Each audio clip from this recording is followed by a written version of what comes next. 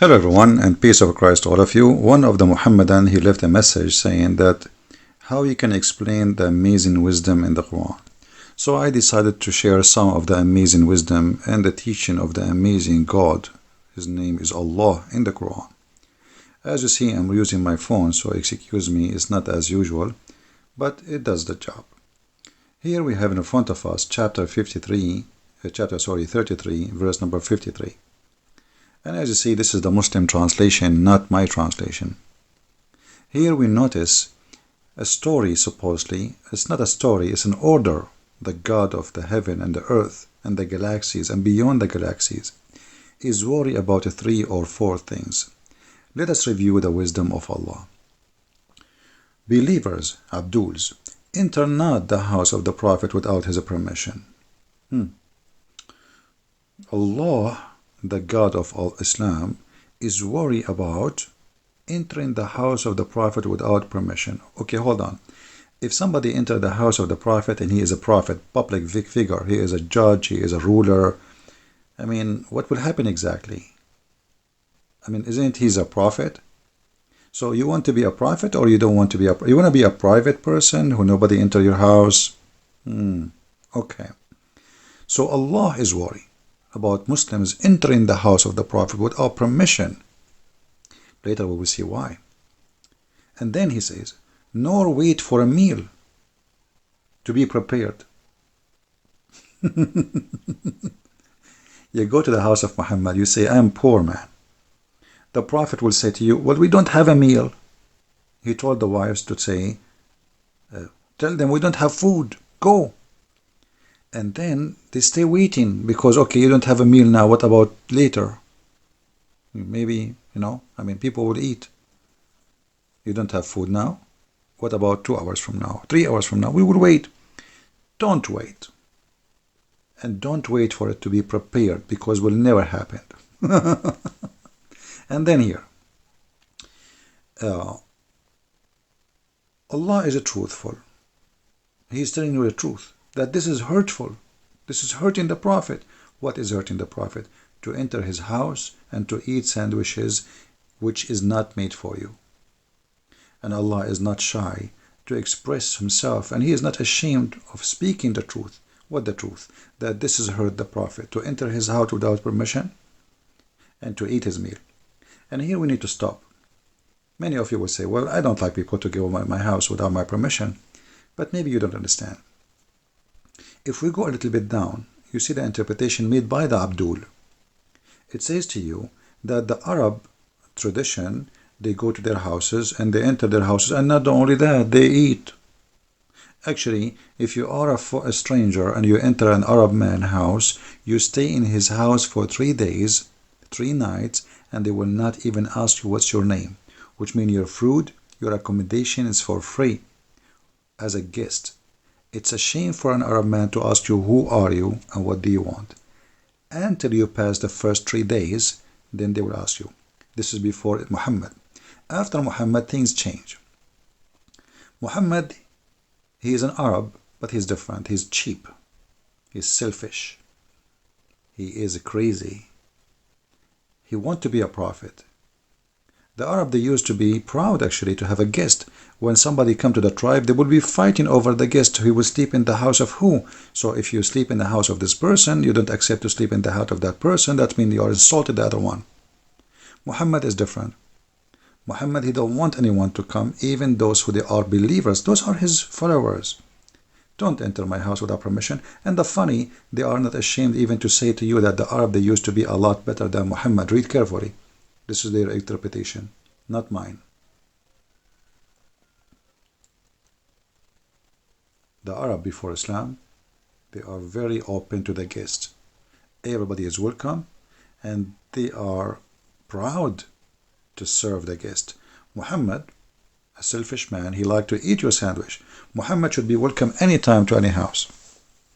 If you remember, Muhammad, he went to his own son's house without permission, and he entered the house and he flirted with the wife, as we saw and we explained before. And here we go to the second part of this video.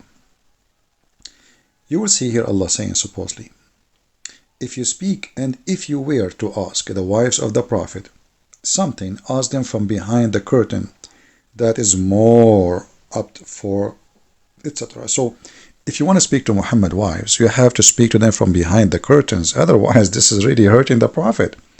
Okay, hold on. So the Arab before Islam, you can go and speak to the wives of the owner of the man. As long as you do nothing wrong, the man, he wouldn't do nothing to you. I mean, what's wrong with that?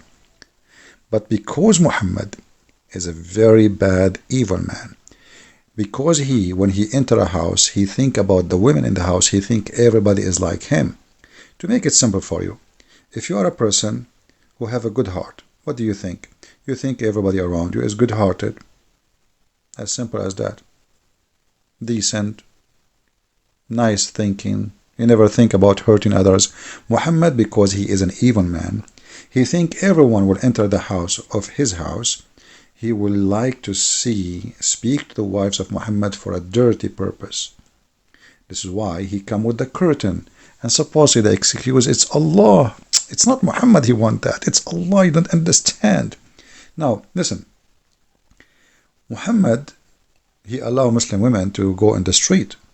And they can speak to men. And they do not need to be behind the curtain. So why his wives have to be behind the curtain? That means wives of Muhammad cannot leave the house. And if they leave the house, they have to make a tent around them and to be in the curtain. And after that, the Muslims, they start using the curtain to their wives too. Because Muhammad first, and they are second. And then we see here the jealousy of Muhammad using Allah as a tool to fulfill his madness. He said, it is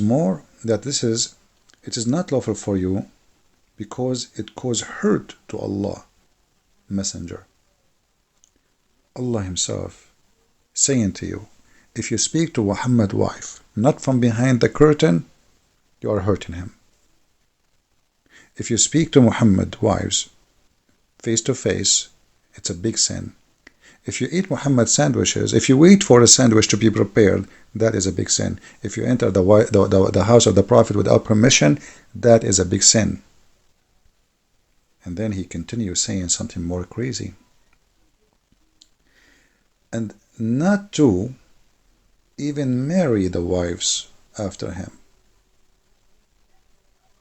So not only you cannot speak to Muhammad's wives unless they are behind the curtain, Muhammad died, and now the wives are lawful to get married. Any woman, she is widow, she can marry a new husband in all religions.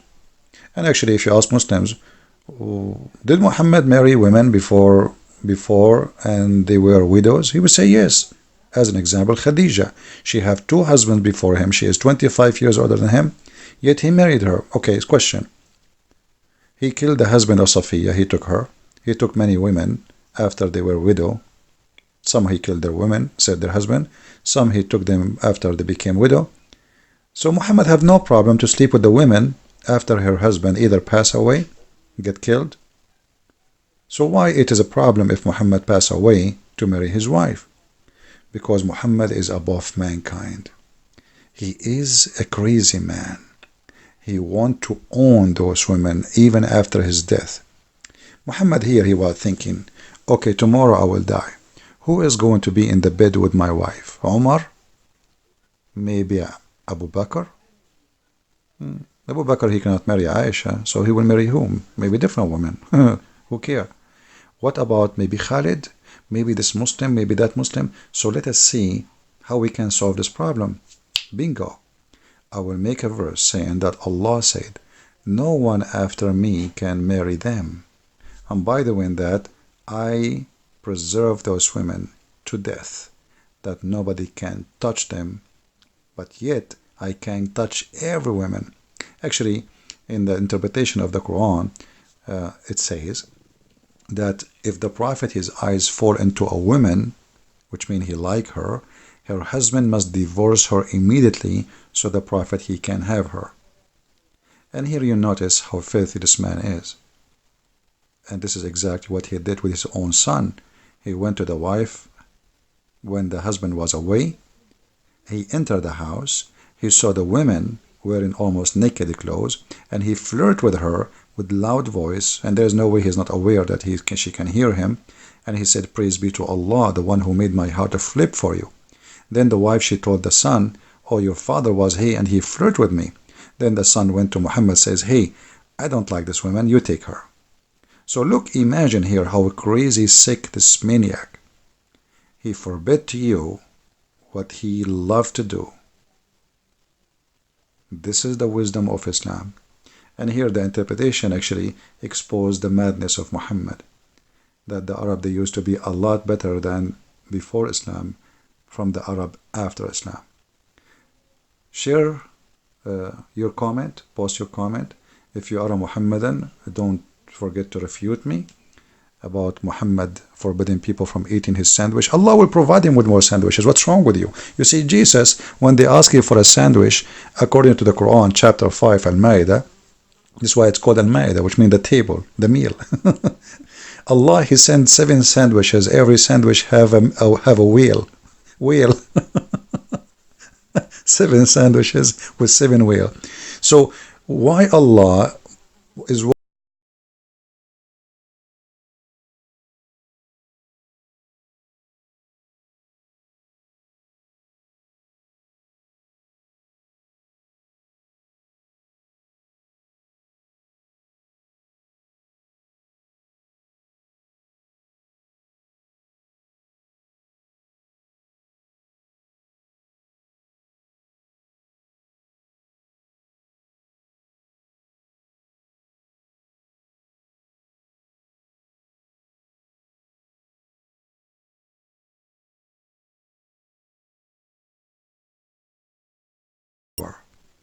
This is the evil Muhammad, and you heard some of his wisdom. This is not the wisdom of God. This is a man speaking about his own, making his own fantasy, controlling people using God for his own glory. And this glory is filthy glory. Even the dog outside agreeing with me. Thank you very much for listening. And by the way, I am still in a mountain area, very beautiful, and it's very great. Thank you, and God bless you. Take care.